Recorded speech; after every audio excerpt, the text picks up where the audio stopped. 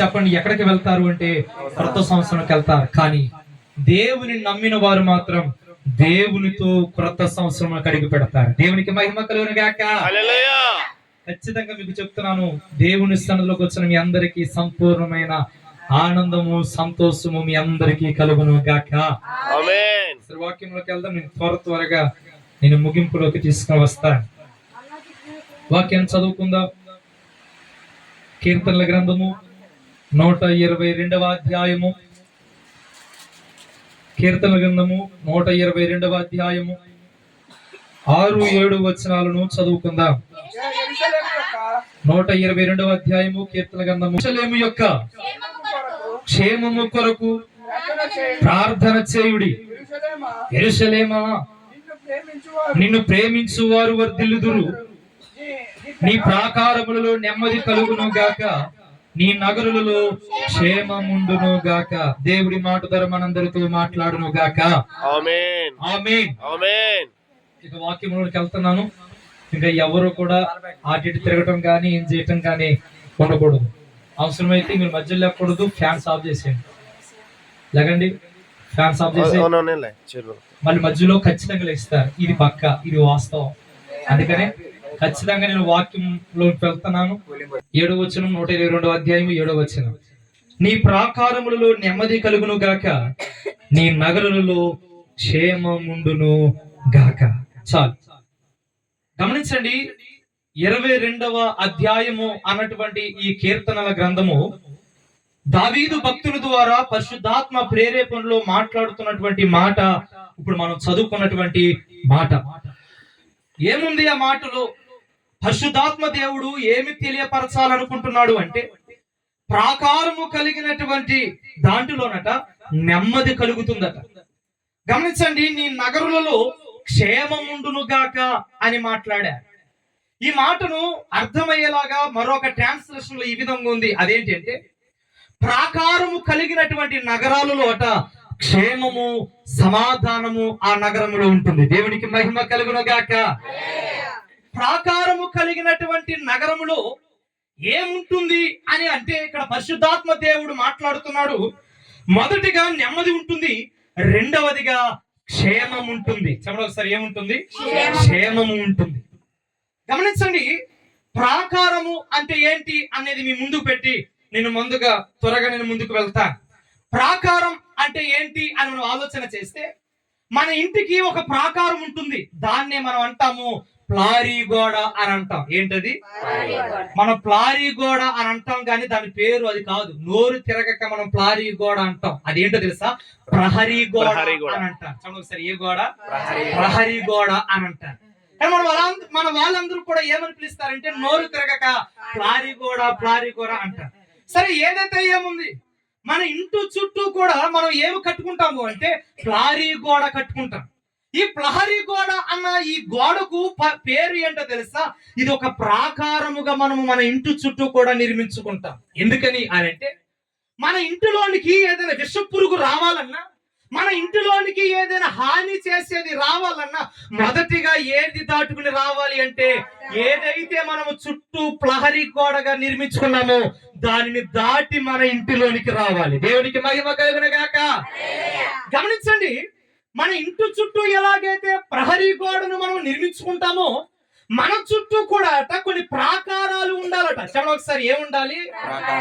మన ఇంటి చుట్టూ ప్రహరీ గోడ మనం ఎప్పుడైతే నిర్మించుకుంటామో, ఈ ప్రాకారము ద్వారా, ఈ గోడ ద్వారా మనకు కలిగే ప్రయోజనాలు ఏంటంటే, మొదటిగా మనం నెమ్మదిగా ఉంటాం ఆ ఇంటిలో. అవునంటారా కాదంటారా? ఏదైనా వస్తది అన్న భయం మనకుండదు. కారణం, నా ఇంటిలోనికి రావాలంటే నా ఇంటిని దాటుకుని రావాల్సింది ఒకటి ఉంది, అదే ప్రహరీ గోడ అని మనం ధైర్యంగా ఉంటాం. రెండవది, ఈ ప్రహరీ గోడను పెట్టి కలిగే లక్షణం ఏంటి, ధైర్యం ఏంటి అంటే, ఇది క్షేమాన్ని ఇస్తుందట. చెప్పండి ఒకసారి, ఏమిస్తుంది ఇది? మొదటిగా ఇది నెమ్మది ఇస్తే, రెండవదిగా ఈ ప్రహరీ గోడట చెప్పండి ఏమిస్తుందట? క్షేమాన్ని ఇస్తుందట.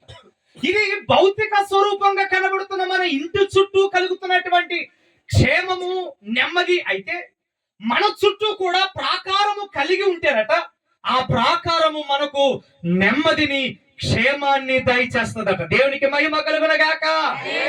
ప్రాకారం కలిగి ఉంటే నెమ్మది అన్నావు, ప్రాకారము కలిగి ఉంటే క్షేమం అన్నావు కదా, ప్రాకారం లేకపోతే ఏమవుతుంది అని మీరు నన్ను అడిగితే బైబిల్ గ్రంథంలోనే మనం చూద్దాం. చూడండి ఒకసారి, ప్రాకారము కలిగి ఉండకపోతే ఏమి కలుగుతుంది అని అంటే నెహెమ్యా గ్రంథము మొదటి అధ్యాయము, నెహెమ్యా గ్రంథము మొదటి అధ్యాయము, నెహెమ్యా గ్రంథము మొదటి అధ్యాయము 3వ వచనాన్ని చదువుకుందాం.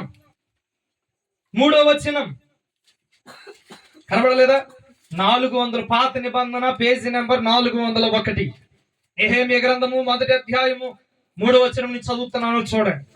వారు చెరపట్టబడిన వారిలో శేషించిన వారు ఆ దేశములో బహుగా శ్రమను నిందను పొందుచున్నారు, మరియు యెరూషలేము యొక్క ప్రాకారము పడద్రోయబడినది, దాని గుమ్మములను అగ్ని చేత కాల్చబడినవని నాతో చెప్పిరి. అందరు తలపైకి తెరిచి చూడాలి.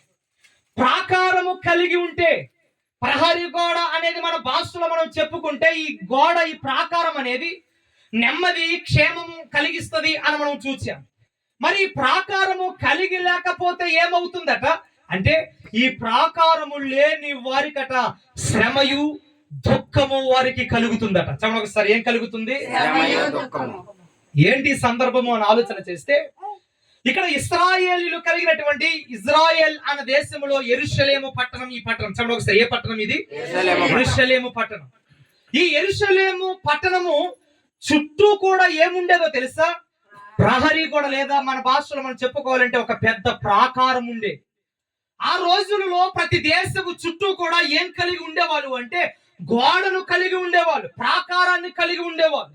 ఎందుకు ప్రాకారాన్ని కలిగి ఉండేవాళ్ళు తెలుసా? ఆ రోజులలో రాజుల యొక్క పరిపాలన గనుక ఈ దేశాన్ని పాడు చేయాలన్నా, ఈ దేశాన్ని నాశనం చేయాలన్నా, శత్రువు రాకుండా ఆపాలి అంటే చెప్పండి, ఈ దేశము చుట్టూ కూడా ఏముండాలి అంటే ప్రహరీ గోడ లేదా ప్రాకారం ఉండాలి. చెప్పండి ఒకసారి, ఏముండాలి? ప్రాకారం ఉండాలి. ఆ రోజుల్లోనే కాదు, ఈ రోజుల్లో కూడా ప్రతి దేశము చుట్టూ కూడా ఏముంటాయో తెలుసా? ప్రాకారాలు ఉంటాయి. చెప్పండి ఒకసారి, ఏముంటాయి? ప్రాకారాలు. ఉదాహరణకి మన దేశానికి కూడా ప్రాకారం ఉంది. అదేంటో తెలుసా? హిమాలయాలు, నార్త్ వైపు హిమాలయాలు మనకు కనబడతాయి. అవి మన దేశానికి రక్షణ కవచంగా అవి మనకున్నాయి. అంత మాత్రమే కాదు, మీరు ఇంటికి వెళ్ళిన తర్వాత గూగుల్ తల్లిని అడగండి, అక్కడ ఏముంటో తెలుసా? The great wall of India China అని కొడితే ప్రపంచంలోనే అతి పెద్ద ప్రాకారం ఎక్కడుందో తెలుసా? చైనాలో ఉంది. చెప్పండి ఒకసారి, ఎక్కడుంది? చైనాలో ఉంది అతి పెద్ద ప్రాకారం. ఎన్ని కిలోమీటర్లు తెలుసా? 8852 కిలోమీటర్లు ఉందట ఆ ప్రాకారం. ఎన్ని కిలోమీటర్లు? 8852 కిలోమీటర్లు కలిగినటువంటి ప్రాకారాన్ని ఆ దేశపు చుట్టూ కూడా వారు కవచంగా ధరించుకున్నారు. ఎందుకని ఈ విషయం మీకు చెప్తున్నాను అంటే, ఏదైనా శత్రువు ఈ దేశంలోనికి రావాలి అంటే దేనిని దాటుకుని రావాలో తెలుసా? ఈ ప్రాకారాన్ని దాటుకు రావాలి. వారు నిర్మించుకున్నటువంటి ఈ ప్రాకారాన్ని దాటి వచ్చిన తర్వాతే ఈ దీంట్లో ఉన్నటువంటి నగరాన్ని ఏం చేయగలరు అంటే స్వాధీనము చేసుకోగలరు. గమనించండి, ఈ యెరూషలేము పట్టణము కూడా ఏం కలిగి ఉందో తెలుసా? మంచి ప్రాకారమే కలిగి ఉంది, మంచి పెద్ద ప్రాకారమే కలిగి ఉంది. ఎంత ప్రాకారమో తెలుసా? 2 టిప్పర్ లారీలట ఆ ప్రాకారం మీద దాటుకోగలవట. చెప్పడం ఒకసారి, ఎలా దాటుకోగలవు? 2 టిప్పర్ లారీలు. టిప్పర్ లారీ తెలుసు మీకు? రోజు ఇసుకేసి నడుతాయి చూసారా? ఇవే టిప్పర్ లారీలు అంటే. ఇవట ఈ యెరూషలేము చుట్టూ, ఆ దేశపు చుట్టూ ఉన్న ప్రాకారం మీద ఎదురు బొదురు దాటుకోగలవట. అంటే ఒక్కసారి ఊహించండి, అది ఎంత పెద్ద ప్రాకారము ఆ రోజుల్లో కలిగి ఉన్నారు. గమనించండి, ఇంత పెద్ద ప్రాకారము కలిగినటువంటి యెరూషలేము పట్టణం ఒక రోజున ఈ ప్రాకారము కూలిపోయిందట. చెప్పండి ఒకసారి, ఏమైపోయింది? ఈ ప్రాకారము కూలిపోయింది. ఈ గుమ్మాలన్నీ కూడా ఏమైపోయాయి అంటే కాల్చబడినవి అని బైబిల్ గ్రంథంలో మనం చూస్తున్నాం. ఎప్పుడైతే ప్రాకారాలు కూలబడ్డాయో, ఎప్పుడైతే గుమ్మాలు కాల్చబడ్డాయో, ఈ దేశములోనికట వేదన, శ్రమ ఆ దేశములో ఉన్నవారు కలిగిన వారుగా మనకు కనబడుతున్నారు. గమనించండి, ప్రాకారాలు ఉంటే క్షేమం, ప్రాకారాలు లేకపోతే చెప్పండి, ఇక్కడ కనబడుతుంది శ్రమయు వేదనయు ఆ దేశములో ఉంది అని మనం చూస్తున్నాం. గమనించండి, ఈ రోజున మనము కూడా ఏం కలిగి ఉండాలంటే ప్రాకారాలు కలిగి ఉండాలి. ఎలాంటి ప్రాకారం కలిగి ఉండాలి అన్నది ఈ రోజున సమయం అనుకూలంగా 2 లేదా 3 మీ ముందు అందించి నేను త్వరగా నా అంశాన్ని ముగింపులోకి తీసుకుని వస్తాను. ప్రాకారాలు అన్నప్పుడు ఎలాంటి ప్రాకారాలు మనము మన జీవితాల్లో కలిగి ఉండాలి, ఎలాంటి ప్రాకారాలు కలిగి మనము నూతన సంవత్సరంలో వెళ్ళాలో కొన్ని విషయాలు మనము ధ్యానిద్దాం. చూడండి, ఒకసారి మొదటిగా యెషయా గ్రంథము 26వ అధ్యాయము మొదటి ప్రాకారాన్ని చూద్దాం. యెషయా గ్రంథము 26వ అధ్యాయము మొదటి వచనాన్ని చదువుకుందాం. ఆ దినమున జనులు ఈ కీర్తన పాడుదురు. ఆ మాట అండర్లైన్ చేసుకోండి. బలమైన పట్టణం ఒకటి ఉన్నది, రక్షణను దానికి ప్రాకారముగాను బురుజులు దానికి ఆయన నియమించి ఉన్నాడు. అందరు తలపై చూడాలి. బైబిల్ గ్రంథంలో ప్రాకారము మీరు కలిగి ఉండండి అని మనం చూసినప్పుడు విశ్వాసిగా ఉన్నటువంటి మనము కూడా ఎలాంటి ప్రాకారాలు కలిగి ఉండాలి అని మనం ఆలోచన చేస్తే బైబిల్ గ్రంథము సెలవిస్తుంది. మొదటి ప్రాకారము మనం చూసాము. అది ఎలాంటి ప్రాకారం మనం కలిగి ఉండాలి అంటే రక్షణ అనే ప్రాకారం కలిగి ఉండాలట. చెప్పండి ఒకసారి, ఎలాంటి ప్రాకారం కలిగి ఉండాలి? రక్షణ అనే ప్రాకారం కలిగి ఉండాలి. గమనించండి, నేను చూపించే ప్రతి ప్రాకారానికి లేదా ప్రతి గోడకు కూడా కొన్ని పేర్లు పెడుతూ ముందుకెళ్తాను. అవన్నీ కూడా మీరు గమనించాలని నేను ఆలోచన చేస్తూ ఉన్నాను. ఇక్కడ చూసినటువంటి ప్రాకారానికి మనము కనబడుతుంది. ఆ ప్రాకారం యొక్క పేరు ఏ పేరో తెలుసా? రక్షణ ప్రాకారం. చెప్పండి ఒకసారి, ఏ ప్రాకారము? మన ఇంటి చుట్టూ భౌతికంగా కొన్ని ప్రాకారాలు నిర్మించుకున్నట్లుగానే దేవుని సన్నిధికి వచ్చి దేవుని ఆరాధిస్తున్న ప్రతి సోదరుడు ప్రతి సహోదరి కూడా తన జీవితంలో ప్రాకారాన్ని నిర్మించుకోవాలట, ప్రాకారాన్ని కలిగి ఉండాలట. ఎలాంటి ప్రాకారాన్ని కలిగి ఉండాలి? సిమెంటుతో కట్టినటువంటి ఇటుకలతో కట్టినటువంటి గోడను కాదు మనం చుట్టూ కట్టుకోవలసింది. మన చుట్టూ కట్టుకోవలసిన ప్రాకారము రక్షణ అనే ప్రాకారాన్ని మనము కలిగి ఉండాలి. దేవునికి మహిమ కలుగును గాక. నూతన సంవత్సరంలోనికి కొత్త సంవత్సరంలోనికి అడుగు పెడుతున్న ప్రియ సహోదరి సోదరుడా, ఇప్పుడు వరకు కూడా రక్షణ లేకుండా రక్షణ ప్రాకారం లేకుండానే మీరు వచ్చారేమో. కానీ నూతన సంవత్సరంలోనికి అడుగు పెడుతున్న ప్రతి వారు కూడా కలిగి ఉండవలసిన ప్రాకారము ఏ ప్రాకారము అంటే రక్షణ అనే ప్రాకారాన్ని మనము కలిగి నూతన సంవత్సరంలోనికి మనం వెళ్ళాలి. చెప్పండి, దేంట్లోనికి వెళ్ళాలి? నూతన సంవత్సరంలోనికి వెళ్ళాలి. ఎందుకు రక్షణ అనే ప్రాకారాన్ని కలిగి ఉండాలంటే ఈ రక్షణ మనలను నిరంతరము కూడా కాపాడుతూనే ఉంటుంది. చెప్పండి ఒకసారి, ఏం చేస్తూ ఉంటుంది? కాపాడుతూనే ఉంటుంది. గమనించండి, ఈ రక్షణ అనే ప్రాకారము శత్రువు బయట నుండి లోనకి రాకుండా అడ్డుగా ఉండేది ఏంటో తెలుసా? మన చుట్టూ ఉండేటువంటి రక్షణ ప్రాకారం. ఈ ప్రాకారాన్ని ఎవరు నిర్మించారు, ఎవరు ఇచ్చారో తెలుసా? సాక్షాత్తు దేవుడే ఆయన స్వరక్తము చేత మనకు రక్షణ అనే ప్రాకారాన్ని తన చుట్టూ ఉంచాడు. చూడండి ఒకసారి కీర్తన గ్రంథము 34వ అధ్యాయము 7వ వచనాన్ని చదువుకుందాం. కీర్తన గ్రంథము 34వ అధ్యాయము 7వ వచనం. యెహోవా యందు భయభక్తులు గల వారి చుట్టూ ఆయన దూత కావలి ఉండి చెప్పండి ఒకసారి, వారిని ఏం చేయును? రక్షించును. ఒకసారి తలపై చూడండి. మన చుట్టూ రక్షణ అనే ప్రాకారాన్ని మనము కలిగి ఉన్నప్పుడట ఈ రక్షణ అనే ప్రాకారము మనల్ని నిరంతరం ఏమి చేస్తుంది అంటే రక్షిస్తూ ఉంటుందట. చెప్పండి ఒకసారి, ఏం చేస్తుంటుంది? దేని నుండి రక్షిస్తుంది అని అంటే శత్రువు నుండి రక్షిస్తుంది. చెప్పండి ఒకసారి, దేని నుండి రక్షిస్తుంది? శత్రువు లోనికి రాకుండా, శత్రువు మనల్ని తగలకుండా, శత్రువు తెచ్చేటువంటి శ్రమలు మన దాకా రాకుండా మనల్ని అడ్డుకునేది ఏంటి అంటే మన చుట్టూ ఉండేటువంటి చెప్పండి రక్షణ అనే ప్రాకారము మనల్ని ఏం చేస్తుంది అంటే నిరంతరము రక్షిస్తూనే ఉంటుంది. రక్షణగా మన చుట్టూ ఎవరిని పెట్టాడు అంటే ఆయన దేవదూతలనే ప్రాకారంగా పెట్టాడట. చెప్పండి ఒకసారి, ఎవరిని ప్రాకారంగా పెట్టాడు? తన దేవదూతలనే ప్రాకారంగా పెట్టాడు. అందుకే నేను అంటాను, దేవదూతలనే తన ప్రాకారంగా దేవుని యందు విశ్వాసము కలిగిన వారు చుట్టూ దేవుడు ఉంచాడు గనుక దేనికి భయపడవలసిన అవసరత మనకు లేదు. దేవుని సన్నిధికి వచ్చి దేవుని మాటలు వింటున్న సోదరుడా, దేవుని సన్నిధిలో ఉండి దేవుని మాటలు వింటున్న ప్రియ సహోదరి, దేవుని సన్నిధికి వచ్చే మనం అందరము కూడా రక్షణ అనే ప్రాకారాన్ని దేవుడు తన దూతల్ని సాక్షాత్తు మన చుట్టూ పెట్టాడు గనక దేనికి మనము జడియవలసిన భయపడవలసిన అవసరత మనకు లేదు. ఎందుకని ఈ మాట అంటున్నాను అంటే, చాలా రోజుల క్రితం ఒక మాట మీకు చెప్పాను, మరలా ఈ ఉదాహరణ మీకు చెప్పి ముందుకెళ్తాను.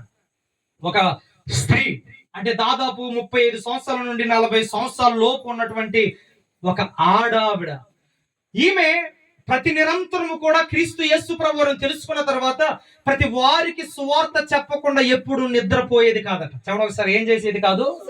సువార్త చెప్పకుండా ఎప్పుడు నిద్రపోయేది కాదు. అంతటి తీర్మానము కలిగినటువంటి ఒక గొప్ప సువార్థికురాలు అని చెప్పడం ఎటువంటి సందేహం లేదు.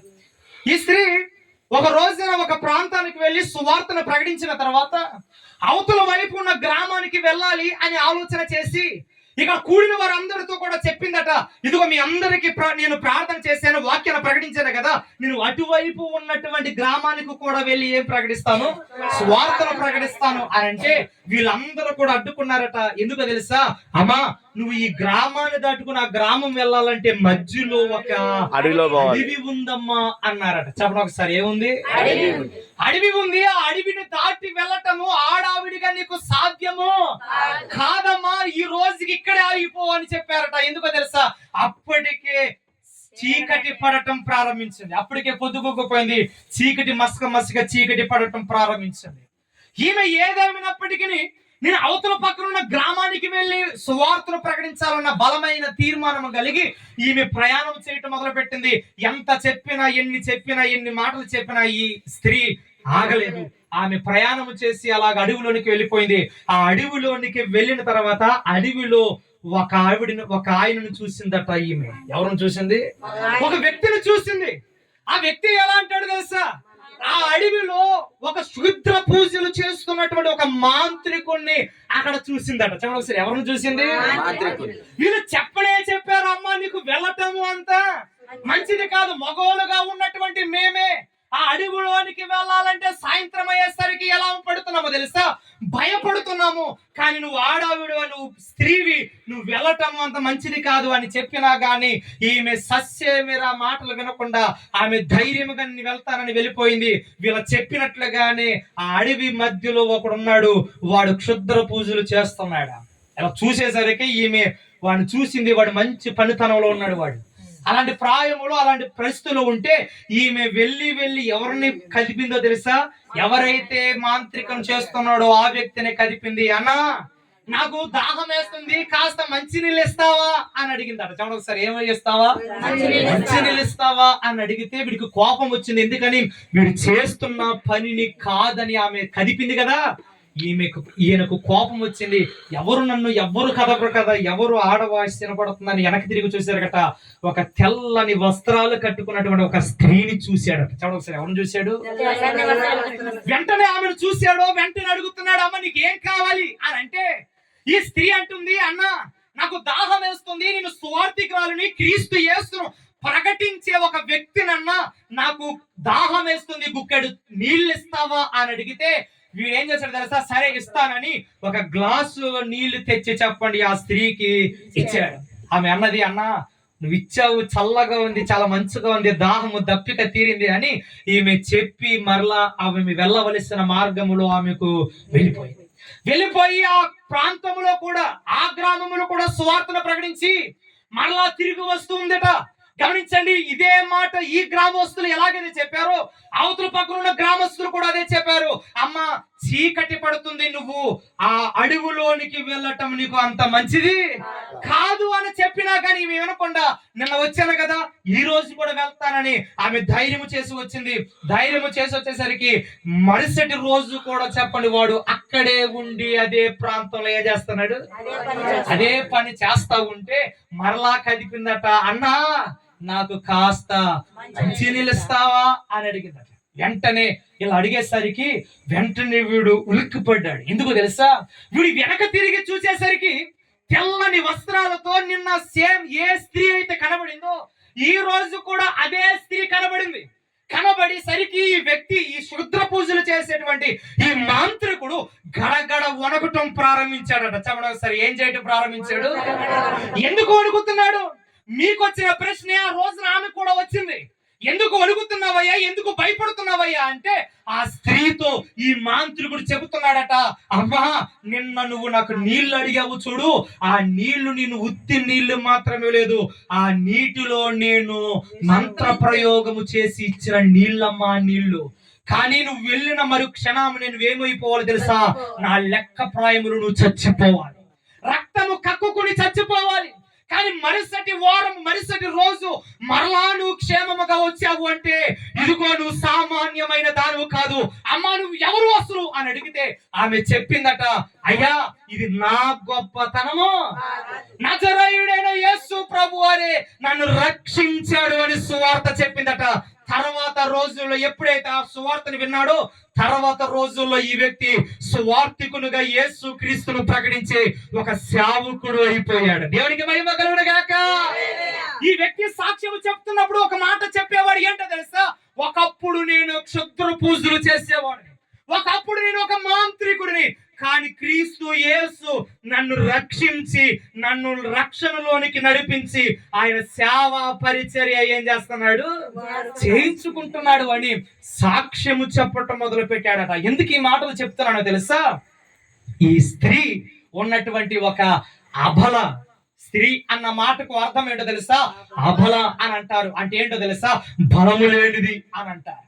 కానీ ఒక మాట మీకు చెప్తున్నాను, లోకపర్యాయంగా చదువులలో స్త్రీని బలహీనంగా ఏమో చూసారేమో కానీ బైబిల్ గ్రంథములో స్త్రీని బలవంతురాలుగానే చూపించాడు దేవుడు. దేవునికి మహిమ కలుగును గాక.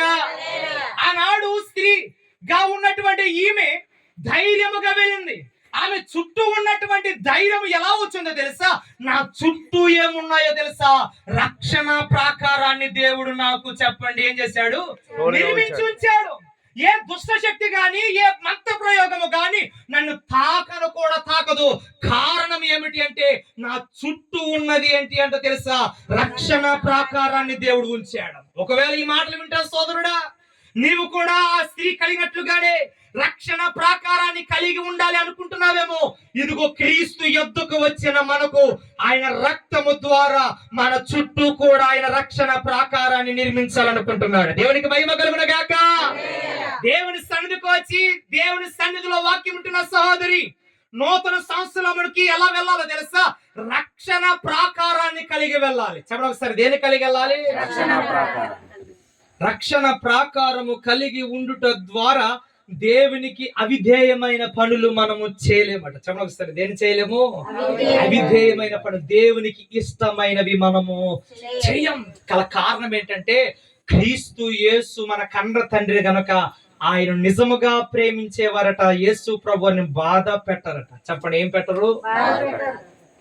ఇద్దరు పిల్లలు, దాదాపు 15 సంవత్సరాలు ఉన్న ఇద్దరు పిల్లలట, ఇద్దరు మగ పిల్లలు ఒక రోజున మాట్లాడుకుంటున్నారట. అందరూ చేతుల స్తోత్రం చెప్పండి, మరోసారి చెప్పండి. ఇద్దరు మాట్లాడుకుంటున్నారట. ఏంటో తెలుసా, రే ఈ రోజున మనం స్కూల్కి వెళ్లకుండా మనం సినిమాకి వెళ్దాం వస్తావా అని మొదటోడు అడిగాడట రెండోవాడికి. రెండోవాడు అంటున్నాడట, అరే నేను రానురా అని అన్నాడట. ఎందుకు రావురా, నేను మీ నాన్నకి చెప్పను, నువ్వు మా నాన్నకి చెప్పొద్దు, మన ఇద్దరము స్కూల్ మానేసి ఇటు నుండి ఇటు ఎటు వెళ్ళిపోదాం, సినిమాకి వెళ్ళిపోదాం రా అన్నాడట. అన్నా గాని ఈ వ్యక్తి రెండో వాడు సస్యమేర నేను రానురా అని కంఠపదంగా చెప్తున్నాడు.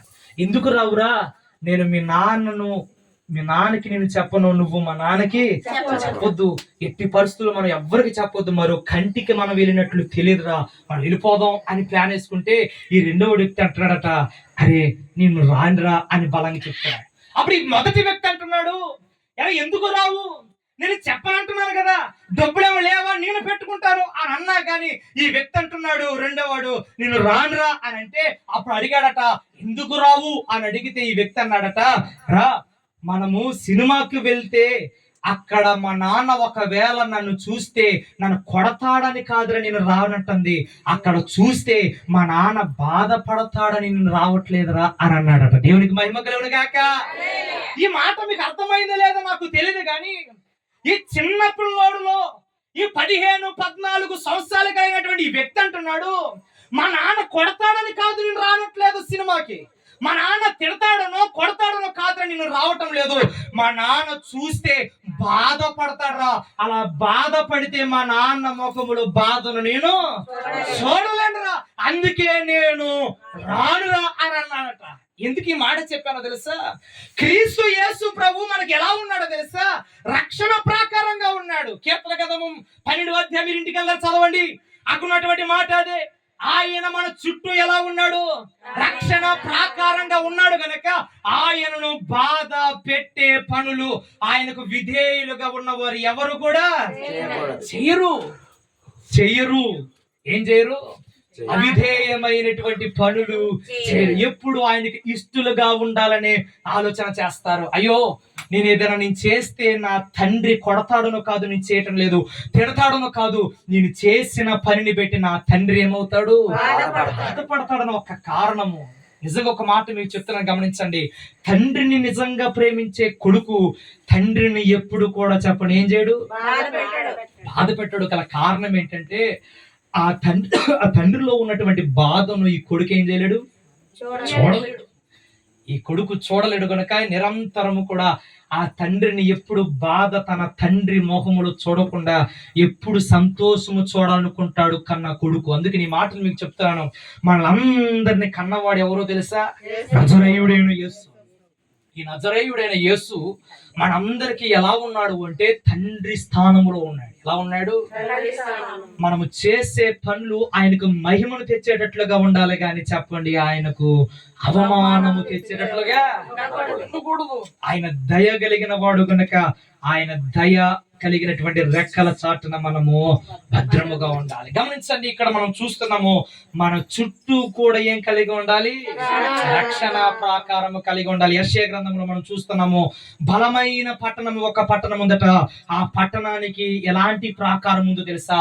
రక్షణ అనే ప్రాకారం ఉంది. గమనించండి, బలమైన పట్టణము అంటే ఏంటి అని మనం ఆలోచన చేస్తే గమనించండి, ఈ పట్టణము మనము దేనికి ఆపాదించవచ్చో తెలుసా?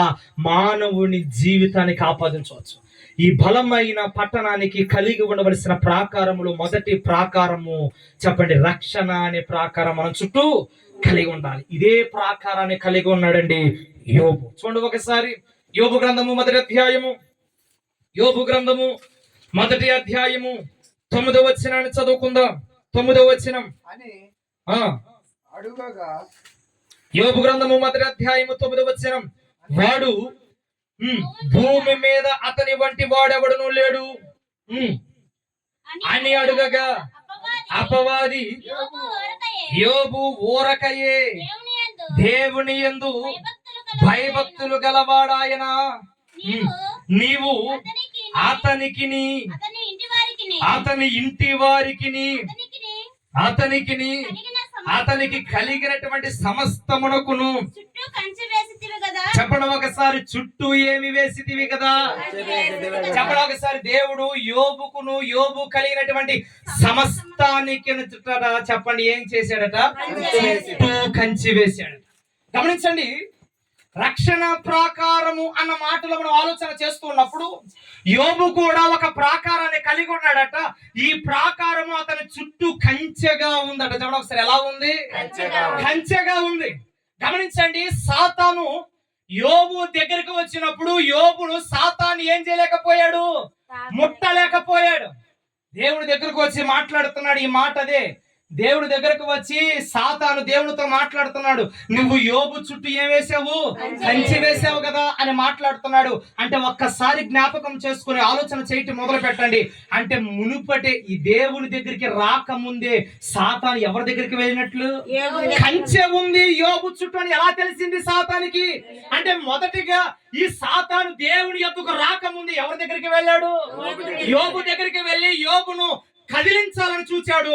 కానీ యోబు చుట్టూ కూడా ఏముందో తెలుసా?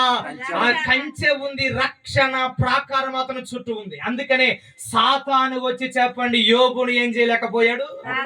తాకలేకపోయాడు, ముట్టలేకపోయాడు. గల కారణం ఏంటో తెలుసా? ఇతను చుట్టూ ఏముంది? రక్షణ ప్రాకారం కంచెగా ఉంది. అందుకనే సాతాను వచ్చి దేవునితో అంటున్నాడు, నువ్వు అతనికి వేసిన కంచెని పెట్టి అతను ఈ విధంగా ఉన్నాడు, ఒక్కసారి ఆ కంచెను తీసేయి అని అంటాడు. చెప్పండి ఒకసారి, ఏం చేయమంటున్నాడు? తీసేయి అని అంటే అప్పుడు దేవుడు అంటాడు యోబుతో, అప్పుడు అంటాడు సాతానుతో, సాతానా, నా భక్తుడైన యోబు కంచెను తీసివేసినా గాని అతను నన్ను గణపరచకుండా మానడు, ఉండడు, ఎప్పుడు నిరంతరము అతను నన్ను గణపరుస్తూనే ఉంటాడు. అంటే ఇప్పుడు సాతాను అంటాడు, అతనికి ఇచ్చిన సమస్తాన్ని పెట్టి, అతనికి కలిగించినటువంటి ఐశ్వర్యాన్ని పెట్టి నిన్ను స్తుతిస్తున్నాడు, అవన్నీ తీసేయి, నిన్ను హింసించి లేదా నిన్ను దూషించి ఏం చేస్తాడు యోబు? వెళ్ళిపోతాడు అని అంటాడు. కానీ దేవుడు అంటాడు, యోబు, సాతాను, నువ్వు ఎన్ని అన్నా గాని, అతనికి ఎన్ని తీసివేసినా గాని, నా భక్తుడు లేదా నా కుమారుడైనటువంటి యోబు నన్ను విడిచిపెట్టి పోడు, విడిచిపెట్టి వెళ్ళడు అని అంటాడు. సరే అంటున్నావు కదా, అతను చుట్టూ వేసావు కదా కంచె, ఏం చేయి? తీసేయి అని అంటాడు. గమనించండి, ఇతను చుట్టూ వేసినటువంటి, అతని సమస్తానికి వేసినటువంటి కంచెనట దేవుడు కాస్త తొలగించాడట. ఎప్పుడైతే ఇలా తొలగించాడో ఇతనుకు కలిగినటువంటి, అనగా యోబు కలిగినటువంటి సంపదంతా కూడా ఒక రోజులో చచ్చిపోయింది. ఒంటెలు, గొర్రెలు, అతనికి కలిగినటువంటి సమస్తం ఏమైపోయాయి? మొత్తము చచ్చిపోయాయి. నలువైపుల నుండి వచ్చి అంటున్నారు, యోబు గారండి, మనము కలిగినటువంటి ఒంటెలు ఏమైపోయాయి అంటే చచ్చిపోయాయి, మనము కలిగినటువంటి గొర్రెలు ఏమైపోయాయి అంటే చచ్చిపోయాయి అని అంటే, ఈ మాట వింటడంతోనే మరొక మార్గములో నుండి వచ్చి మరొకడు అంటున్నాడు, అయ్యా, నీకు కలిగినటువంటి నీ కుమారులు కూడా ఏమైపోయారు అంటే చచ్చిపోయారు అని అంటారు. గమనించండి, సంపద పోయిందంటే తట్టుకోగలడు మనిషి, కానీ అతి ప్రాణంగా ప్రేమించేటువంటి కుమారులే కోల్పోయాడంటే ఏ కన్న తండ్రి అయినా కానీ భరించగలడా? ఏ కన్న తండ్రి అయినా కానీ ఓర్చుకోగలడా? ఏ కన్న తండ్రి అయినా కానీ ధైర్యంగా నిలవగలడా? కానీ గమనించండి, అలాంటి పరిస్థితుల్లో, అన్ని కోల్పోయినటువంటి పరిస్థితుల్లో కూడా ఎవరిని విడిచిపెట్టలేదో తెలుసా? దేవునిని విడిచిపెట్టలేదు. ప్రియ సోదరుడా, ఈ మాటలు వింటున్నా నీవు కూడా ఒకవేళ ఈ సంవత్సరము చాలా కోల్పోయావేమో. ఆనాడు యోబు కూడా ఒక్క రోజులోనే సమస్తము కోల్పోయాడు, ఒక్క రోజులోనే అంతా కోల్పోయాడు. అతను అతి ప్రాణంగా ప్రేమించినటువంటి, చెప్పండి, కుమారులు, కుమార్తెలు సైతము కూడా ఒక్క రోజులోనే చచ్చిపోయారు. కానీ దేవుని ఒక్క మాట కూడా, చెప్పండి, యోబు దూషించలేదు. ఈ రోజున మనం నేర్చుకోవాల్సిన మాట ఏంటో తెలుసా? కొన్నిసార్లు మనకు వచ్చినటువంటి పరీక్షలు, మనకు వచ్చినటువంటి శ్రమలు మనం ఆత్మీయతలో ఏం చేస్తాయో తెలుసా? నిలబెట్టేవిగా ఉంటాయి. దేవునికి మహిమ కలుగును గాక. మనకు వచ్చేటువంటి శ్రమలు మనలను ఆత్మీయ స్థితిలో ఎల్లప్పుడూ కూడా ఏం చేస్తాయి? నిలబెడతాయి. మనకు వచ్చేవన్నీ కూడా మనం ఏమనుకోవాలి తెలుసా? అవి మన మంచికే అని అనుకోవాలట. చెప్పండి ఒకసారి, ఏమనుకోవాలి? మనకి ఏదైనా శ్రమ వచ్చినప్పుడు ఆ శ్రమను బట్టి మనం ఏమనుకోవాలంటే తెలుసా? బైబిల్ గ్రంథం సెలవిస్తుంది, అది మీకు మంచిదే. ఎందుకు తెలుసా? దేవుడు అనుగ్రహం లేకుండా ఏది తన భక్తులు లేదా తన విశ్వాసుల మీదకి రాదు. ఉదాహరణ ఒక మాట మీకు చెప్తా. ఇది నైట్ కనుక మిమ్మల్ని మేలుకొల్పాలంటే ఖచ్చితంగా చెప్పాల్సింది. గమనించాలి. పూర్వం రాజులు, పోయినసారి చెప్పాను, రాజుల యొక్క తత్వం ఏంటో తెలుసా? అడవికి వెళ్ళి, చెప్పండి, దేని వేటాడాలి? జంతువుల్ని వేటాడి తీసుకురావాలి. అలా జంతువుల్ని వేటాడి తీసుకువస్తే అతను రాజరికములో పేరుగాంచినటువంటి రాజుగా పరిగణించబడేవాడు పూర్వకాలం. ఈ రాజు ఒక రోజున అడవికి వెళ్ళాడట. అడవికి వెళ్ళి అతను బాణం వేస్తున్న క్రమంలో అతని బొటన వ్రేలు తెగి కిందడిపోయింది. చూడండి ఒకసారి, ఏమడిపోయింది? అతని బొటన వ్రేలు ఇతను బాణం వేస్తున్న క్రమములో ఏమైందో, ఎలా వచ్చిందో తెలియదు, కానీ ఇతని బొటన వ్రేలు తెగి కిందడిపోయింది. ఇలా కిందడికి పోయేసరికి పక్కనే ఉన్నటువంటి మంత్రి అన్నాడట, రాజుగారండి, మీరు అంత బాధే పడకండి, మీకు జరిగినటువంటి ఈ పని మనకు మంచిగే జరిగింది అని అన్నాడట. చూడండి ఒకసారి, ఏమన్నాడు? ఇతను ఏలు తిరిగి బాధపడుతూ ఉంటే ఈ వ్యక్తి పుండు మీద కారం చల్లట్టుగా ఏమంటున్నాడు? అయ్యా, మీరు బాధపడకండి, ఇది మనకు మంచిగా జరిగింది అంటే, ఈ వ్యక్తికి మీకు ఎలాగైతే కోపం వస్తుందో ఆ రోజున రాజుగారు కూడా కోపం వచ్చి, ఇది ఇతను తీసుకెళ్ళిపోయి జైలు వేసేయండి అని అన్నాడట. ఇది ఆ కోపాన్ని, ఉద్రేకానికి తట్టుకోలేకపోయాడు.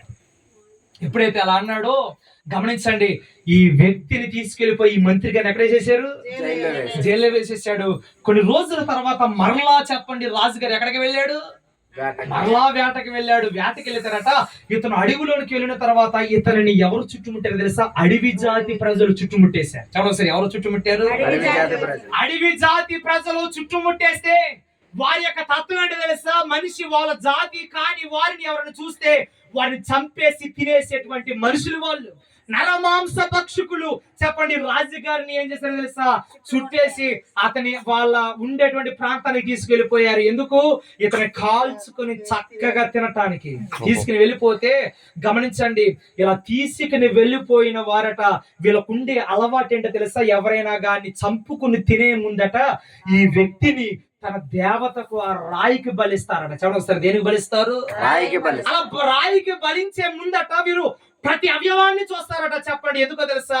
ఏదైనా అవయవ లోపం ఉంటే చెప్పండి, ఆ వ్యక్తిని వాళ్ళ దేవతకు ఏం చేయరు? బలివరు అన్నటువంటి చూసేసరి గట్ట ఈ వ్యక్తిని పరిశీలించుచున్నప్పుడు అట చెప్పండి, ఇతను ఏమి లేదు, బొటన వేలు లేదు. ఎప్పుడైతే వేలు లేదో వీళ్ళందరూ కూడా కేకలు వేసుకుంటూ వీళ్ళ మీద నాయకుడికి చెప్పాడట, అయ్యా అయ్యా, మనకు దొరికినటువంటి వ్యక్తిలో ఒక లోపం ఉంది. ఆ లోపం ఏమిటి అంటే అతనికి బొటన వ్రేలు లేదయ్యా, అతను మనం బలించటానికి వీలు లేదు, అతను పనికి రాడు అని అంటే అప్పుడు అన్నాడట ఆ వ్యక్తి, ఆ నాయకుడు, అతను వదిలిపెట్టేయండి, అతను మనకు ఉపయోగ పడడు అన్నాడట. గమనించండి ఒక మాట, ఎప్పుడైతే వదిలేయండి అని అన్నాడో దొరికింది సందని ఈ వ్యక్తి పరుగున మరలా తన రాజ్యానికి వచ్చాడట. రాజ్యానికి వచ్చి రావటంతోనే వెంటనే తన మంత్రిని తీసుకురండి అన్నాడట. చూడండి సరే, ఎవరు తీసుకురామన్నాడు? ఎందుకు మంత్రిని తీసుకురామన్నాడు? మంత్రి, నేను ఆ రోజున నువ్వు మంచిగా మనకి జరిగింది అంటే నేను ఏమన్నాను అంటే నిన్ను తీసుకెళ్లిపోయి చెరసాల్లో వేసేసాను, నన్ను క్షమించయ్యా మంత్రి అని అడిగాడట మంత్రిని రాజుగారు. అప్పుడు మంత్రి మరలా అంటాడట, అయ్యా మంత్రి గారు, అయ్యా రాజుగారండి, మీకు వేలు తిరగడం మీకు మంచికైతే చెప్పండి, నన్ను చెరసాల్లో వేయటం నాకు మంచికే అన్నాడట. ఎందుకయ్యా అని అడిగితే అప్పుడు అన్నాడట, అయ్యా రాజుగారండి, మీకు వేలు లేదని మిమ్మల్ని వదిలేశారు, నేను నిరంతరం మీ పక్కనే ఉండేవాడిని గనక మిమ్మల్ని వదిలివేస్తే నెక్స్ట్ పట్టుకునేవాడిని ఎవరిని? అదే కదా. అందు ద్వారా ఏది జరిగినా గాని మన జీవితాల్లో అది నష్టమైన, కష్టమైన, బాధ అయినా, వ్యాధి అయినా గాని కొన్నిసార్లు కాదు అన్ని సార్లు కూడా చెప్పండి అది మనకు మంచికే. గల కారణం ఏమిటో తెలుసా? దేవుడు తన బిడ్డలకు ఏది కూడా తన అనుమతి లేకుండా కాదు. మనం చూస్తాము, యోహాను సువార్త 1వ అధ్యాయంలో ఇంటికి వెళ్ళారు చదవండి, అక్కడ ఉంటుంది, ఆయన అనుగ్రహం లేనిది ఏది తన బిడ్డలకు జరగదు. గల కారణం ఏమిటి అంటే తన చుట్టూ కూడా తన బిడ్డల చుట్టూ నిరంతరం ఆయన వేసేది ఏంటో తెలుసా? కంచె వేసేవాడు. ఆ రోజున యోబుకి కంచె తీసేయి అని అంటే యోబు చుట్టూ కూడా దేవుడు కంచి తీశాడు. సాతాను వచ్చాడు, మొత్తం సర్వనాశనం చేశాడు. కానీ చెప్పండి, ఆ యోబు ఇలా అనుకుని ఉంటాడేమో, ఇది నాకు మంచిగే జరిగింది అని అనుకున్నాడు. గమనించండి, తర్వాత మరలా దేవుని దగ్గరికి వెళ్తాడు. సాతాను వెళ్ళి అడుగుతాడు, ఇదిగో అతను తీసివేసావు. అప్పుడు దేవుడు అంటాడు, నా భక్తుడైన యోబును చూచావు కదా, అతని సమస్తము కోల్పోయినా గాని నన్ను మాత్రం ఆరాధించకుండా మానలేదే అని అంటే అప్పుడు సాతాను అంటాడు, అయ్యా అతను సమస్తం తీసేసినా కానీ అతను ఆరోగ్యం ఉంది కదా, ఆరోగ్యాన్ని పెట్టి చెప్పండి నేనేం చేస్తున్నాడు చూస్తున్నాడంటే అప్పుడు దేవుడు అంటాడు, సరే అతని ఆరోగ్యం కూడా కాస్త పక్కనట్టంటే అప్పుడు గమనించండి, సాతానట అతని దగ్గరకు వస్తే యోబు ఒళ్ళంతా కూడా కురుపులు పుండ్లుతో అయిపోయిందట. చెప్పండి ఎలా అయిపోయింది? పుండ్లుతో నిండిపోయింది. అలా పుండ్లుతో నింపుపోయి గోకుంటూ ఉంటే అతనికి శక్తి లేకుండాట సీసపు పెంకు తీసుకుని గోక్కోవడం మొదలు పెట్టాడట. అతని శరీరం అంతా కూడా ఏమైపోయిందో తెలుసా? కూడా గాయాలైపోయింది. చీమి కారటం, రక్తం కారటం, చాలా భయంకరంగా ఉన్నాడు. అయినా గాని చెప్పండి ఎవరిని విడిచిపెట్టలేదో తెలుసా? దేవుని పెట్టలేదు. అప్పుడు అంటాడు యోబు, దేవుడికి ఇచ్చాను, దేవుడు తీసుకొని పోయాను. దేవుడికి మహిమ కలుగును గాక. చెప్పండి చెప్పండి. దేవుడు ఇచ్చాను, దేవుడు తీసుకుని పోయాను. సమస్త మహిమ ఘనత దేవునికి కలుగును గాక అని అంటాడు ఆయన. చెప్పడం ఒకసారి ఏమంటాడు? సమస్త మహిమ కలుగును గాక అంటాడు. అప్పుడు వచ్చి అంటది తన భార్య, ఇంకా దేవుడు దేవుడు అంటావేంటయ్యా, నీవు దేవుని దూషించి వచ్చేయి అంటది. చెప్పండి ఎవరు దూషించాలట? అందుకే అప్పుడు అంటాడు యోబు, నువ్వు అజ్ఞానురాలుగా, అజ్ఞాన స్త్రీ మాట్లాడినట్లుగా మాట్లాడుతావు ఎందుకు? నువ్వు జ్ఞానవంతురాలుగా మాట్లాడు. దేవుడు మనకు సమస్తం ఇచ్చాడు. ఇచ్చినప్పుడు మనం బాగా అనుభవించాం. ఇప్పుడు కాస్త శ్రమ వచ్చింది, శ్రమలో కూడా మనము ఈ శ్రమను అనుభవించ తగదా అని అంటాడు. ప్రియ సహోదరుడు, ఒక మాట గమనించండి. యోబు చుట్టూ కూడా ఏం వేశాడు తెలుసా? కంచె వేశాడు. ఇది ఎందుకని నేను మీకు చెప్తున్నాను అంటే, యోబు చుట్టూ కంచె వేసిన ఈ కంచె దేవుడు తొలగించాడు. కానీ మరొక రోజు వచ్చింది, మరొక సమయం వచ్చింది, మరలా యోబు చుట్టూ చెప్పండి ఏం వేశాడు? కంచె వేశాడు. ఇలా కంచె వేసినప్పుడు యోబు గురించి ఉంటుంది బైబిల్ గ్రంథంలో. అతనికి మునుపటి స్థితి కంటే అధిక స్థితి రెండంతలుగా దేవుడు చెప్పండి ఏం చేశాడు? యోబును ఆశీర్వదించాడు. అందుకనే యోబు ఇలా పాడుకుంటాడేమో, నీవేయని నమ్మిక యేసు నాకు, నీవేయని నమ్మిక, నీవేయని మార్గంబు నీవే, సత్యంబు నీవే, జీవంబు నీవే, సర్వంబు నీవేయని నమ్మిక యేసు నాకు, నీవేయని నమ్మిక. దేవునికి మహిమ కలుగును గాక. ఈ పాట పాడుకుంటూ, ప్రభువా నీవు లేకపోతే నాకు ఎవరు కూడా లేరు. మాట మీకు చెప్పనా, యోబు ఈ దుస్థితి కలిగినప్పుడట అతని భార్య సైతము కూడా వదిలిపెట్టి వెళ్ళిపోయిందట. చెప్పండి వస్తారు, ఏమైసి వెళ్ళిపోయింది? వదిలిపెట్టి వెళ్ళిపోయింది. నా అన్నవారు ఎవరు కూడా యోబు దగ్గరకు వచ్చి ఆదరించే వాళ్ళు లేరు. ఒక మాట మీకు చెప్పనా, యోబు గారికి అక్కలున్నారట, చెల్లెళ్ళు ఉన్నారట. అది ఎక్కడ మనకు కనబడుతుందో తెలుసా? యోబు గ్రంథము ఆఖరి అధ్యాయములో 40 నుండి మీరు చదువుకుంటూ వస్తే యోబు గారికి ఎవరున్నారు? అక్కలున్నారు, చెల్లెళ్ళున్నారు. కానీ గమనించండి, శ్రమ కాలములో యుద్ధకు వచ్చి యోబు యుద్ధకు వచ్చి ఆదరించట్లుగా మనకు కనబడదు. కానీ అతను ఆశీర్వదించబడినప్పుడట అతను యుద్ధకు వచ్చి అయ్యా అన్న, అయ్యా సోదరుడు, అయ్యా తమ్ముడు అని అతన్ని ఓదార్చాడట. ఎప్పుడు ఓదార్చారు?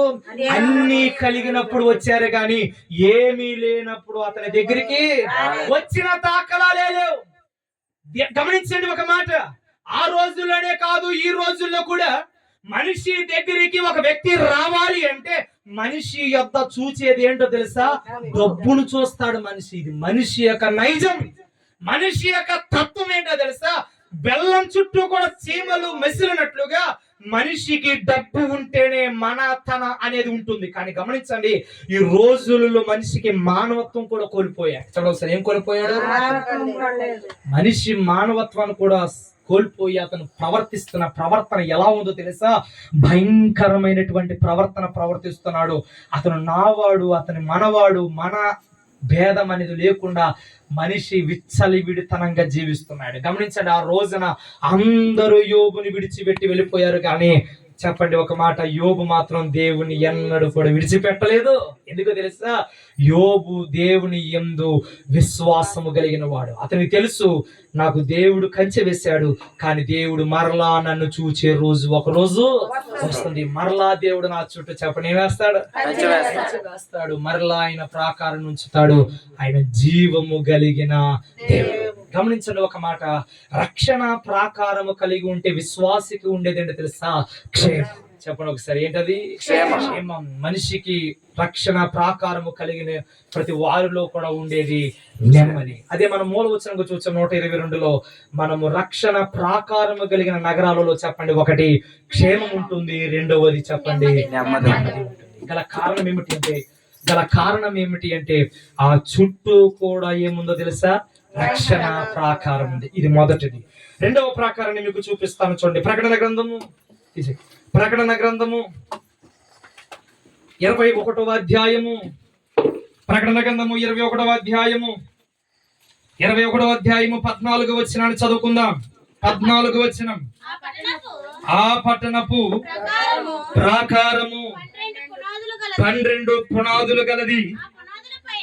ఆ పునాదుల పైన గొర్రె పిల్ల యొక్క 12 అపోస్తులుల 12 పేర్లు కనబడుచున్నవి. దేవునికి మహిమ కలుగును గాక.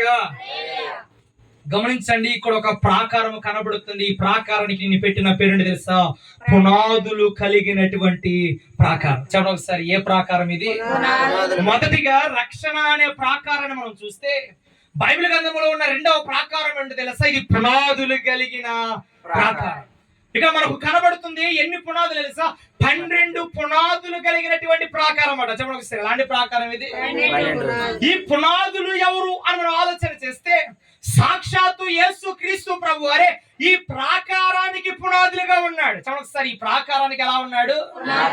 త్వరగా ముగిస్తాను, చాలా జాగ్రత్తగా ఈ మాటలు ఆలకించాలి. మీరు ప్రాకారము కలిగి ఉండండి అని బైబిల్ గ్రంథము సెలవిస్తున్నప్పుడు ఎలాంటి ప్రాకారము కలిగి ఉండాలంటే, మొదటిగా రక్షణ అనే ప్రాకారం విశ్వాసి కలిగి ఉంటే, రెండవదిగా చెప్పండి పునాదులు కలిగినటువంటి ప్రాకారాన్ని మనము కలిగి ఉండాలి. ఎందుకు పునాదులు కలిగిన ప్రాకారాన్ని కలిగి ఉండాలి తెలుసా? పునాది బలంగా ఉంటే దాని మీద కట్టబడ్డ ప్రాకారం ఎలా ఉంటుంది? బలంగా ఉంటుంది. అది ఎవరు కూడా సునాయాసనగా పడగొట్టడానికి అవకాశము ఉండదు. ఒక మాట గమనించండి, మన ఇంటికి కూడా పునాది బలంగా వేసుకుంటే దాని మీద ఎన్ని మేడలు కావాలంటే అన్ని మేడలు కట్టుకోవచ్చు. గల కారణం ఏంటో తెలుసా? పునాది బలముగా ఉంటే దాని మీద ఎన్ని వైభోగాలైనా గానీ మనం నిర్మించుకోవటానికి అవకాశము ఉంటుంది. కానీ ఒక మాట గమనించండి, విశ్వాసిగా ఉన్నటువంటి మనము కట్టుకుంటూ లేదా దేవుడు మనకిస్తున్నటువంటి ప్రాకారం కూడా ఎలా ఉండాలి తెలుసా? పునాదులు కలిగినటువంటి ప్రాకారంగా ఉండాలట. ఆ పునాదులు ఎవరి పునాదులై ఉండాలో తెలుసా? దేవుని పునాదులై ఉండాలి. ఎందుకు మరలా నొక్కి ఒక్క నుంచి చెప్తున్నాను అంటే, చాలా మంది లోకాన్ని పునాదులుగా వేసుకుంటున్నారు. చెప్పండి సార్, దేన్ని పునాదులుగా? లోకాన్ని పునాదులుగా వేసుకుంటే ఒక రోజున కదిలించబడతా. ఇప్పుడు బాగానే ఉంటుంది, ఇప్పుడు సంతోషంగానే ఉంటుంది, ఇప్పుడు ఆనందంగానే ఉంటుంది. కానీ ఒక రోజున వస్తది, ఆ రోజున చెప్పండి కదిలిపోయి పడిపోయి కూలిపోయే రోజు వస్తది. కానీ పునాది బలంగా ఉంటే చెప్పండి ఆ పునాది మీద కట్టబడ్డ ప్రాకారం ఎలా ఉంటుంది? చాలా బలంగా ఉంటుంది. గల కారణం ఏంటో తెలుసా? పునాది బలంగా ఉంది కనుక దాని మీద కట్టబడ్డ ప్రాకారం కూడా బలంగానే ఉంటుంది. ఆ పునాది ఎవరై ఉండాలి తెలుసా? క్రీస్తు యేసై ఉండాలి. ఒక ఉదాహరణ బైబిల్ గ్రంథంలో నుంచి చూద్దాం. మత్తయి సువార్త 7వ అధ్యాయం 24-25 వచనాలను చదువుకుందాం. మత్తయి సువార్త 7వ అధ్యాయము 24-25 వచనాలు. కాబట్టి ఈ నా మాటలు విని వాటి చొప్పున చేయు ప్రతి వాడును, ఆ మాట అండర్లైన్ చేసుకోండి, బండ మీద తన ఇల్లు కట్టుకొనినా బుద్ధిమంతుని పోలి ఉండును. వాన కురిసెను, వరదలు వచ్చెను, గాలి విసిరి ఆ ఇంటి మీద కొట్టెను, కానీ దాని పునాది బండ మీద వేయబడిన గనుక చెప్పండి ఒకసారి అది ఏమవ్వలేదు. చెప్పండి మరొకసారి, అది ఏమవ్వలేదు. కారణం ఏమిటంటారు? ఆ పునాది ఎక్కడ వేయబడిందట? బండ మీద వేయబడింది గనుక చెప్పండి ఆ ఇంటి ఆ ఇల్లట వాన కురిసెను, గాలి విసిరెను, వరద వచ్చాను, కానీ చెప్పండి ఆ ఇల్లు కూలిపోలేదు. రెండో ఇల్లు చూపించిన చదవని మరలా దాన్ని కంటిన్యూ. రెండో ఇల్లు చూడండి. మరియు ఈ నా మాటలు వాటి చొప్పున చేయు ప్రతి వాడును ఇసుక మీద తన ఇల్లు కట్టుకొని బుద్ధిహీనుని పోలి ఉండును. ఒక మాట గమనించాలి, దేవుని అక్కడ మాటను మీరు చాలా జాగ్రత్తగా ఆలకించాలి. ఆయన మాట విన్నవాడట చెప్పండి పునాదులు ఎక్కడ వేసుకుంటాడు? బండ మీద. ఆయన మాట విననివాడు. చెప్పండి ఒకసారి, ఎవరు వాళ్ళు? విననివాడు ఇసుక మీద ఇల్లు కట్టుకుంటాడు. అయితే గమనించండి, గాలి విసిరెను, వరద వచ్చెను, వాన వచ్చెను, కానీ ఆ ఇల్లు ఇసుక మీద కట్టబడింది గనక అది కూలిపోయాను. గల కారణం ఏంటో తెలుసా? తన పునాదులు ఎక్కడ ఉన్నాయి? ఇసుక మీద ఉన్నాయి గనక తన పునాది గట్టిగా లేదు గనక అది ఏమైపోతుందో తెలుసా? కూలిపోయింది. మీరు మొదటి కొరింథీయులకు రాసిన పత్రిక మీరు చూస్తే ఆ బండ క్రీస్తే అని అంటారు. చెప్పండి సార్, ఆ బండ ఎవరు? ఎక్కువ వచనం చూపిస్తే ఎక్కువ వచనం అవుతున్నాయని చెప్పుకుంటూ వెళ్తున్నా. గమనించండి, ఇక్కడ బండ మీద కట్టబడిన ఇల్లు పునాది ఎక్కడ వేయబడింది అంటే బండ మీద వేయబడింది కనుక అది బలంగా ఉంది. వాన వచ్చినా వరద వచ్చినా గాలి విసిరినా చెప్పండి అది పడిపోలేదు. గల కారణం ఏమిటంటే అది పునాది ఎక్కడ వేయబడింది అంటే బండ మీద వేయబడింది. ఈ రోజు నీ మాటలు వింటున్న సోదరుడా, మన పునాది విశ్వాసం అనే పునాది ఎక్కడ వేయబడాలో తెలుసా? క్రీస్తు అనే బండ మీద వేయబడాలి. చూడండి, ఎక్కడ వేయబడాలి? క్రీస్తు అనే బండ. క్రీస్తు అనే బండ మీద వేయబడినప్పుడు ఈ ప్రాకారం ఎలా ఉంటుందో తెలుసా? బలంగా ఉంటుంది. ఈ ప్రాకారాన్ని ఎలా కట్టుకోవాలో తెలుసా? ఎలాగూ బలపరుచుకోవాలో తెలుసా? ప్రార్థన ద్వారా బలపరుచుకోవాలి. చెప్పండి ఒకసారి, ఈ పునాదులు కలిగిన ఈ ప్రాకారాన్ని ఎలా బలపరుచుకోవాలి? ప్రార్థన ద్వారా బలపరుచుకోవాలి. ఒక ఉదాహరణ చెప్తాను, గమనించండి. ఒక వ్యక్తి, ఒక బాగా సంపన్నుడైన ఒక సంపన్నుడట ఎడారిలో ప్రయాణం చేస్తున్నాడు. చదవండి, ఎక్కడ ప్రయాణం చేస్తున్నాడు? అసలు అందరు గట్టిగా చేస్తారని చెప్పండి. హల్లెలూయా. మరోసారి చెప్పండి. హల్లెలూయా. చేతులు పైకెత్తి చెప్పండి ఒకసారి. హల్లెలూయా. మరోసారి చెప్పండి. ఏనండి ఇప్పుడు? ఒక వ్యక్తి బాగా సంపన్నుడట ఎక్కడ ప్రయాణం చేస్తున్నాడు? ఎడారిలో. అది ఇసుక నేల. ఎడారి అంటే ఇసుక ప్రాంతం. ఒక కంటి చూపు మేరంతో కూడా ఇసుకే ఉంటుంది కానీ చెప్పండి దానికి ఏముండదు, ఏమి నీళ్లు, అక్కడ వాగులు ఏమి కనబడం. గమనించాలి. అయితే ఈ వ్యక్తి ఎడారిలో ప్రయాణం చేస్తున్నాడు. అతను తీసుకువెళ్తూ అతని సామాగ్రి అంతా తీసుకెళ్తున్నాడు. చెప్పండి సార్, ఏం తీసుకెళ్తున్నాడు? సామాగ్రి, అతను కలిగినటువంటి సంపద, తన పనివారు, వైభవం అంతా కూడా ఒంటిల మీద పెట్టుకుని ప్రయాణం చేస్తున్నాడు. ఈ రోజుల్లో ఉన్నట్లుగా మంచి మంచి లారీలు, మంచి మంచి బస్సులు ఆ రోజుల్లో లేవు. ఏముండేది తెలుసా? ఒంటెలు ఉండేవి. చెప్పండి ఒకసారి, ఏముండేవి? ఒంటెలు ఉండేవి. అందుకని ఒంటికి మరో పేరు ఏంటో తెలుసా? ఎడారివాడ అని అర్థం, అనే పేరు దానికి ఉంది. ఎడారి వాడ అన్న పేరు దానికి ఉంది. సరే గమనించండి, ఈ వ్యక్తి సంపన్నుడు వెళుతున్నాడు. అంత మాత్రమే కాదు, ఇతను శారీరకంగా మాత్రమే కాదు, చెప్పండి, ఇతను ఆత్మీయంగా కూడా చాలా సంపన్నుడు, చాలా ప్రార్థన పరుడు. గమనించండి, ఈ వ్యక్తి ఎడారిలో వెళుతూ ఉంటే ఎడారిలో కొంతమంది దొంగలు ఉండేవాళ్ళు. చదవసారి, ఎలా ఉండేవాళ్ళు? దొంగలు. వీళ్ళు కలిగినటువంటి ఏ వ్యక్తి వచ్చినా గానీ ఆ వ్యక్తిని దోచుకునే కొంతమంది దొంగలు ఎడారిలో ఉంటారని ఈ వ్యక్తికి తెలిసినా గాని చెప్పండి, ఈ వ్యక్తి అదే మార్గంలో ప్రయాణం చేస్తున్నాడు. గల కారణం ఏంటంటే మరో మార్గము అతనికి. ఆ మార్గంలో వెళుతున్నప్పుడు ప్రతిసారి కూడా సాయంత్రం అయ్యేసరికి అతను ఏం చేసుకునేవాడు తెలుసా? ప్రార్థన చేసుకుని అతని వారందరూ కూడా మోకరింపజేసి ప్రార్థన చేసుకుని క్షేమంగా పడుకునేవాడట. పడుకుని మరలా తెల్లారిన తర్వాత మరలా చెప్పండి ఏం కొనసాగించేవాడు? ప్రయాణాన్ని కొనసాగించేవాడు. అలా వెళుతున్న క్రమంలో ఒక రోజున మనం అనుకున్నట్లుగానే అర్ధరాత్రి కాలంలో కొంతమంది దొంగలు వాళ్ళ దగ్గరికి వచ్చారట. చదవసారి, ఎవడొచ్చారు? దొంగలు వచ్చారట. దొంగలు వచ్చి వాళ్ళు దోచుకోవట్లేదట. వాళ్ళు ఏం చేస్తారో తెలుసా? ఈ వ్యక్తిని లేపటం మొదలు పెట్టారట. చదవసారి, ఏం చేయటం మొదలు పెట్టారు? దొంగ అడుకుండేటువంటి తత్వం ఏంటి?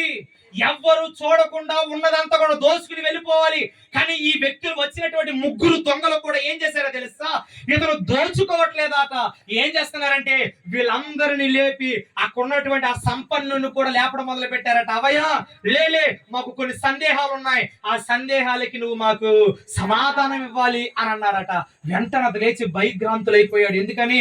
దొంగలు కదా, అతను తప్పించుకోవాలంటే ఏదైనా చేయటానికి దొంగోడు సాహసం చేస్తాడు. అవసరమైతే చంపేటైనా కానీ వెనకడుగు వేయడు.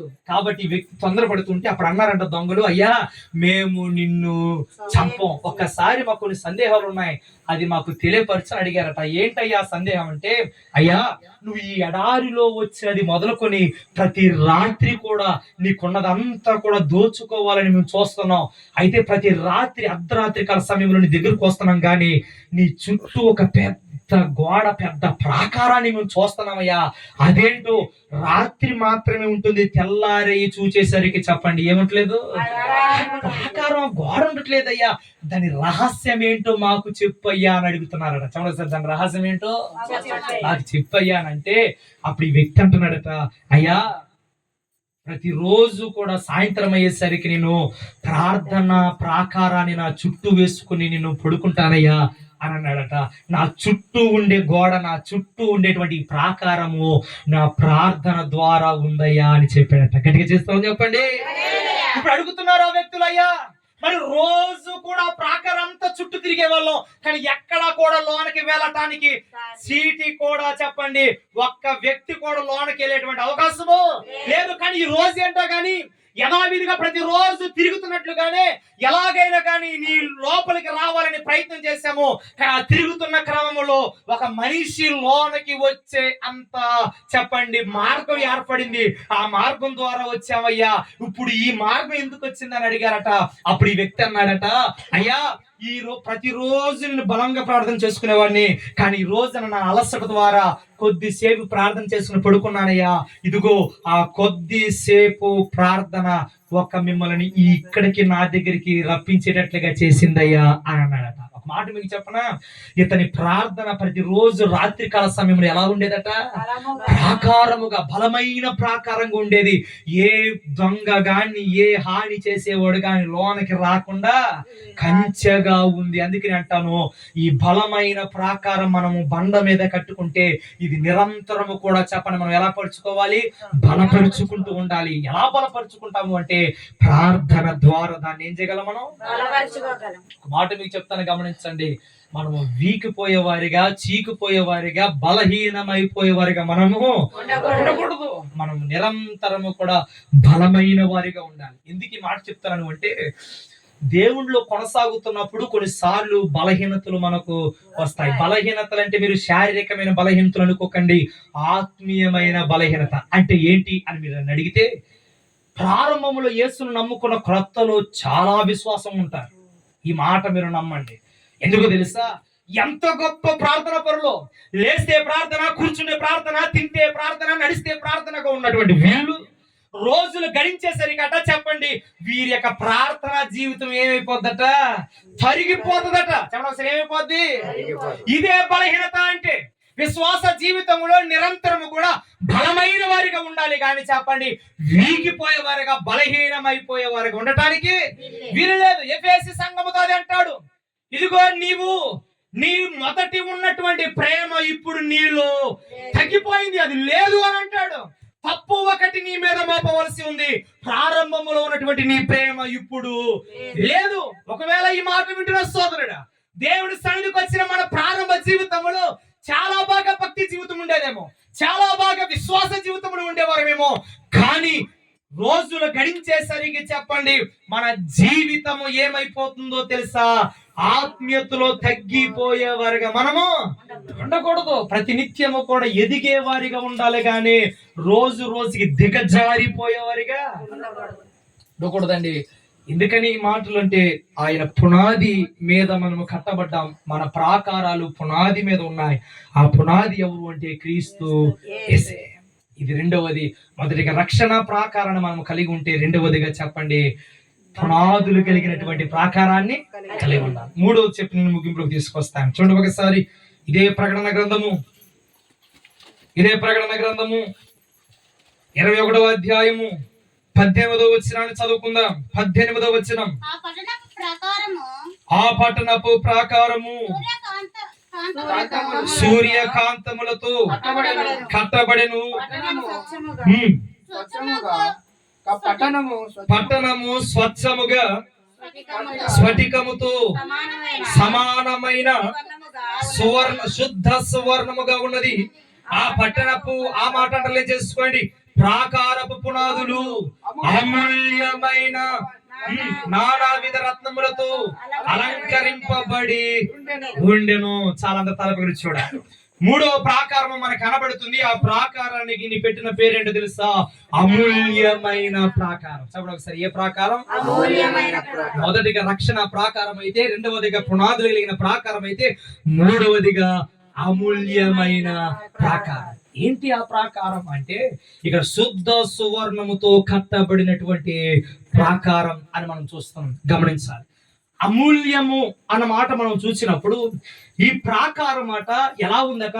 అమూల్యమైనదిగా కనబడుతుంది. అంటే గమనించండి, ఈ ప్రాకారము ఎలా కట్టబడింది అంటే శుద్ధ సువర్ణముతో. అక్కడ మీరు ముందుకు పైకి చదివితే అది ఎలాగూ ఉంది అని మనం చూసినప్పుడు చూడ ఒకసారి 17వ వచనం, మరియు అతడు కొలువగా 140 మనిషి కొలత చొప్పున దూత కొలతే. ఆ పట్టణపు ప్రాకారము సూర్యకాంతములతో చెప్పండి ఏం చేయబడినది? ఎలా కట్టబడిందట ప్రాకారం? సూర్యకాంతములతో కట్టబడింది. ఈ ప్రాకారము కట్టబడినప్పుడు ఈ అమూల్యమైనటువంటి ప్రాకారం సూర్యకాంతములతో కట్టబడిందంటే అర్థం ఏంటో తెలుసా? సూర్యకాంతములు, యేసుక్రీస్తు గారు ఒక పేరుంది, ఆయన నీతి సూర్యుడు. మలాకి గ్రంథం 3వ అధ్యాయంలో ఉన్నటువంటి మాట ఏంటో తెలుసా? ఆయన నీతి సూర్యుడు అని ఉంది. ఈ అమూల్యమైనటువంటి ప్రాకారాన్ని మనం కలిగి ఉండాలి. అంటే ఏంటో తెలుసా? ఈ సూర్య కాంతములతో కట్టబడినటువంటి ఈ ప్రాకారం అనగా రక్షకుడైన యేసుని మన చుట్టూ ప్రాకారంగా కలిగి ఉండుట. జకర్యా గ్రంథము 2వ అధ్యాయము 5వ వచనాన్ని చూపించి నేను ముగిస్తాను. చూడండి ఒకసారి జకర్యా గ్రంథము 2వ అధ్యాయము 5వ వచనం. దొరకలేదా? జకర్యా గ్రంథము 5వ అధ్యాయము 2వ వచనం. 2వ అధ్యాయము 5వ వచనం. 2వ అధ్యాయము 5వ వచనం. యెరూషలేములో మనుషులను పశువులను విస్తారమైనందున అది ప్రాకారములు లేని మైదానముగా ఉండునని ఈ యెహోవాకిని తెలియజేయుని మొదటి దూతకు ఆజ్ఞ ఇచ్చెను. నేను దాని చుట్టూ అగ్ని ప్రాకారము ఉందును. నేను దాని మధ్యను నివాసినై మహిమకు కారణముగా ఉందును. ఇదే యెహోవా వాక్కు. దేవునికి మహిమ కలుగును గాక. ఇక్కడ కనబడుతున్న మనకు ప్రాకారం ఏ ప్రాకారం తెలుసా? అగ్ని ప్రాకారం అన్నమాట. చెప్పండి, ఏ ప్రాకారం? అగ్ని ప్రాకారం ఇక్కడ కనబడుతుంది. జకర్యా గారితో చెబుతున్న మాట, ఇదిగో నేనే అగ్ని ప్రాకారముగా మీ చుట్టూ ఉందును. ఇదే యెహోవా వాక్కు. ఆయన స్వయముగా పలుకుతున్న మాట ఏంటి తెలుసా? ఆయన మన చుట్టూ కూడా ఎలా ఉంటాడట? అగ్ని ప్రాకారముగా ఉంటాడట. మనందరికీ తెలుసు. సందర్భాన్ని గుర్తు చేస్తున్నాను. 1 రాజుల గ్రంథం 6వ అధ్యాయంలో మీరు ఇంటికి వెళ్ళారు, చదవండి. అక్కడ ఎలీషా గారి దగ్గర ఒక వ్యక్తి ఉన్నాడు, ఒక పరిచారకుడు. ఒక రోజున వీళ్ళందరూ కూడా ఇంటిలో ఉన్నప్పుడట, దైవజనుడితో పాటు ఉన్న పరిచారకుడు కూడా ఇంటిలో ఉన్నప్పుడట, శత్రు సైన్యము కూడా చెప్పండి అతని చుట్టూ ఏమైపోయారట? చుట్టుముట్టి ఉన్నారట. ఎప్పుడు బయటకు వస్తారా వీళ్ళని పట్టుకుని మన రాజ్యాన్ని తీసుకువెళ్ళిపోదామని శత్రువులు పొంచి ఉన్నారట. చెప్పండి ఒకసారి, ఎవరు పొంచి ఉన్నారు? శత్రువులు పొంచి ఉన్నారు. ఎప్పుడైతే శత్రువులు పొంచి ఉన్నారో తెల్లవారుజామున ఆ పరిచారకుడు బయటకు వచ్చి చూసేసరికి అతను చుట్టూ అందరూ కూడా ఎవరున్నారు తెలుసా? శత్రువులు. ఇతను పట్టుకోవాలని ప్రయత్నం చేస్తున్నప్పుడు మళ్ళా గబగబా ఈ పరిచారకుడు ఎలీషా దగ్గరికి వెళ్ళిపోయి, అయ్యా మన పని అయిపోయింది, ఇదిగో శత్రువులు మనం ముట్టడి వేశారు, ఇక మనల్ని చంపేస్తా కూడా వాళ్ళు వెనకడుగు వేరయ్యా అంటే, అప్పుడు ఈ ఎలీషా గారు అంటారు, వారు కలిగిన బలము కంటే మనము కలిగినటువంటి బలము అధికమై ఉన్నది అని అంటాడు. దేవునికి మహిమ కలుగును గాక. ఎప్పుడైతే ఈ మాట అంటాడో అప్పుడు గమనించండి, పరిచారకుడు గజగజ వణికిపోతూ ఉన్న సమయంలో దేవునికి ప్రార్థన చేస్తాడు. ఎలీషా తన 2 చేతులు ఆ పరిచారకుడి మీద పెట్టి ప్రార్థన చేస్తాడు. ప్రభువా వీడు కళ్ళు తెరువయ్యా అని ప్రార్థన చేస్తాడు. చెప్పండి, సేముని కళ్ళు తెరువు ప్రభు అని ప్రార్థన చేస్తే ఎప్పుడైతే తన కళ్ళు తెరవబడ్డాయో గమనించండి, వీళ్ళు ఉన్నటువంటి ఇంటి చుట్టూ కూడా అగ్ని రథముల కంచె వేయబడి ఉందట. గట్టిగా చేస్తారు చెప్పండి, ఏం వేయబడి ఉంది? అగ్ని రథముల కంచె వేయబడి ఉంది. ఒక మాట గమనించండి, నేను వేసే ప్రశ్న ఏంటంటే, ఈ వ్యక్తి బయటకు వచ్చినప్పుడు ఇతనికి కళ్ళు లేవా? ఈ పరిచారకుడు కళ్ళు ఉన్నాయి కనుకనే కదా చుట్టుపక్కల ఉన్న వాళ్ళందరూ కూడా శత్రువు పొంచి ఉన్నదని తెలిసింది.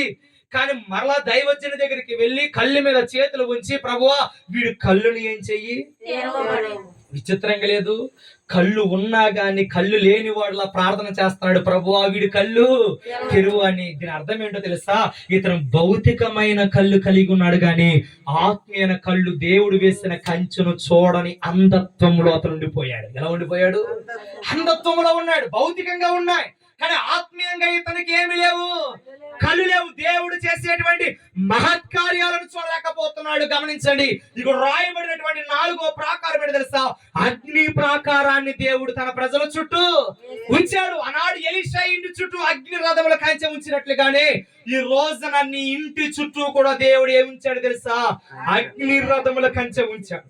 దేవుడి దగ్గరికి వచ్చిన మనము ఎప్పుడు కూడా మనము అపనమ్మిక మనలోనికి రావటానికి వీలు లేదు. అపనమ్మిక మనలోనికి రావటానికి వీలు లేదు. కానీ మనలో ఎప్పుడు కూడా నమ్మకముతో దేవుని వెదికే వారిగా మనం ఉండాలి. ఒక మాట మాత్రం మర్చిపోకండి, దేవుడు నమ్మదగిన వాడు. 2025 అంతా కూడా రకరకాలుగా మనం కొనసాగామేమో, కానీ నూతన సంవత్సరంలోకి వెళుతున్న మనలో మొదటిగా భయం ఉండకూడదు, రెండవదిగా మనలో అపనమ్మిక ఉండకూడదు. చెప్పండి ఒకసారి, మొదటిగా ఏముండకూడదు? భయం ఉండకూడదు. భయము అన్న మాటలో రకరకాలైన భయాలు ఉన్నాయి. చెప్పండి, ఉన్నాయి? రకరకాలైన భయాలు ఉన్నాయి. భయము అన్న మాటలో కొన్నిసార్లు దేవుని పట్ల కాకుండా మనము చూచే చూపు లోక సంబంధమైన చూపుగా ఉంటుంది.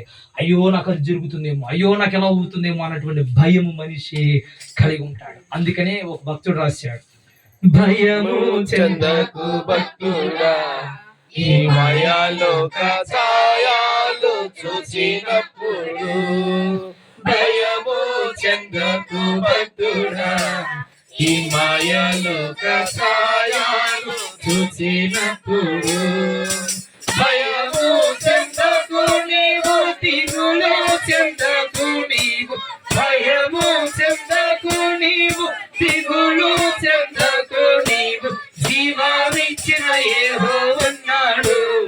ఓ భక్తుడా, ప్రాణం పెట్టిన యేసయ్యున్నాడు, జీవామిచ్చిన యెహోవన్నాడు. ఓ భక్తుడా, ప్రాణం పెట్టిన యేసయ్యున్నాడు. భయము చెందకు భక్తుడా, ఈ మాయాలోక ఛాయలు